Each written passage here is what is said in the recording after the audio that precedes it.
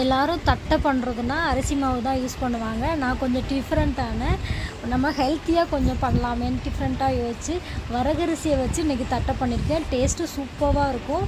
கண்டிப்பாக கொஞ்சம் கர முறுமுறுன்னு சாப்பிடணும்னு நினச்சிங்கன்னா இந்த வரகரிசி தட்டையை ஒரு தடவை ட்ரை பண்ணி பாருங்கள். டேஸ்ட்டு எல்லாத்துக்குமே ரொம்ப பிடிக்கும். வாங்க இந்த வரகரிசி தட்டை எப்படி பண்ண வீடியோக்களை பார்த்துடலாமா? இதுக்கு பேர் தான் வரகரிசின்னு சொல்லுவாங்க. உங்களுக்கு ஆன்லைன் ஷாப்லேயே கிடைக்கும், சூப்பர் மார்க்கெட்லேயே கிடைக்கும். இதைத்தான் நம்ம வந்துட்டு மிக்சியில் போட்டு நல்லா பவுட்ரு பண்ணி வச்சுக்கோங்க. இதுக்கு பவுல் எடுத்துக்கோங்க. நான் இந்த கப்பால் 1.25 கப் அளவுக்கு வரகரிசி மாவை எடுத்துக்கிறேன். உங்களால் மிக்சியில் எந்த அளவுக்கு பவுட்ரு பண்ண முடியுமோ அந்த அளவுக்கு நீங்கள் பவுட்ரு பண்ணி எடுத்துக்கோங்க. 1.25 கப்புக்கு 1/4 கப்பில் வந்துட்டு கடலை மாவு, 1/2 ஸ்பூன் அளவுக்கு மிளகாய் தூள் ஆட் பண்ணிக்கோங்க. ஒரு 1/4 ஸ்பூன் அளவுக்கு மஞ்சள் தூள், பெருங்காயத்தூள் ஆட் பண்ணிக்கோங்க. 1/2 ஸ்பூன் அளவுக்கு ஜீரகம், 1 ஸ்பூன் அளவுக்கு கருப்பு எள்ளு, நீங்கள் வெள்ளை இருந்தால் கூட நீங்கள் ஆட் பண்ணிக்கலாம். கொஞ்சமாக சில்லி ஃப்ளேக்ஸ் ஆட் பண்ணிக்கிறேன். ஏற்கனவே மிளகாத்தூள் ஆட் பண்ணியிருக்கோம், அதனால் பார்த்துட்டு சில்லி ஃப்ளேக்ஸ் எந்த அளவுக்கு வேணுமோ ஆட் பண்ணிக்கோங்க. உங்கள்கிட்ட சில்லி ஃப்ளேக்ஸ் இல்லைன்னா கூட நீங்கள் மொத்தமாக ஒரு 1/2 ஸ்பூன் உங்களுக்கு காரம் தகுந்த மாதிரி நீங்கள் வந்துட்டு சில்லி ஃப்ளேக்ஸ் மிளகாத்தூள் ஆட் பண்ணிக்கோங்க. ஒரு கொத்து கருவேப்பிலையை குட்டி குட்டியாக நல்லா சிசரை வச்சு கட் பண்ணிங்கன்னா உங்களுக்கு இந்தளவுக்கு நல்லா குட்டி குட்டியாக கிடைக்கும். அதையும் நீங்கள் ஆட் பண்ணிக்கோங்க. தேவையான அளவு நான் உப்பு ஆட் பண்ணிக்கிறேன். பட்டர் ஆட் பண்ணிக்கோங்க. இப்போ எல்லாத்தையும் நல்லா மிக்ஸ் பண்ணி விடுங்க.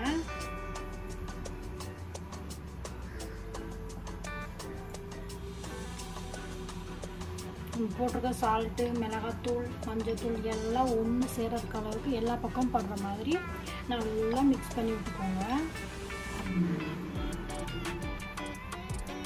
பட்டர் ரூம் டெம்பரேச்சரில் இல்லைன்னா நீங்கள் கொஞ்சம் மெல்ட் பண்ணி கூட நீங்கள் ஆட் பண்ணிக்கலாம்.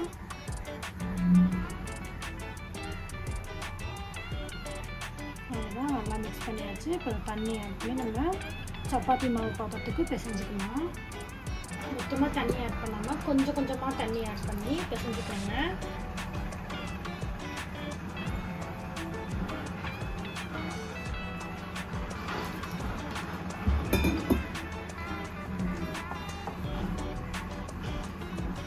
பிசைஞ்சாச்சு. இப்போ நல்லா சாஃப்டாக இருப்பாங்க.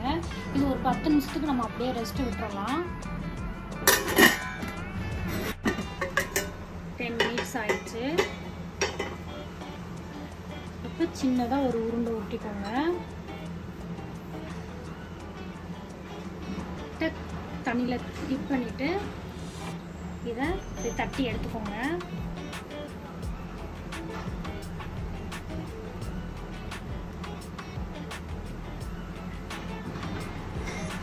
இந்த மாதிரி தட்டி தனியாக வச்சுக்கோங்க. தண்ணி தொட்டிங்கன்னா உங்களுக்கு ஈஸியாக இருக்கும் தட்டுறதுக்கு.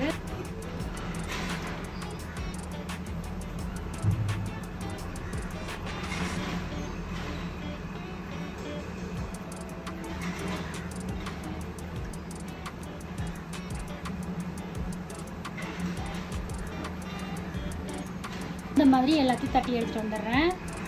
இந்த மாதிரி தட்டி எடுத்து வச்சுக்கோங்க. இப்போ நம்ம அடுத்த ஆயிலை போட்டு பொரிச்சு எடுத்துட வேண்டியதான். ஆயில் வச்சுக்கோங்க. நம்ம ஆயில் ஆட் பண்ணிக்கலாம்.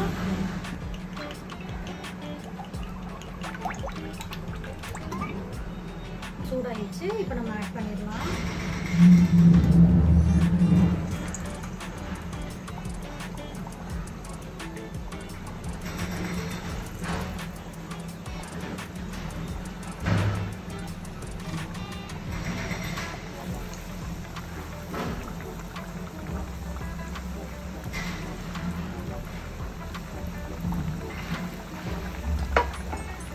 இந்த மாதிரி மேலே எலும்பி வந்தோடனே திருப்பி விடுங்க 2 சைடும்.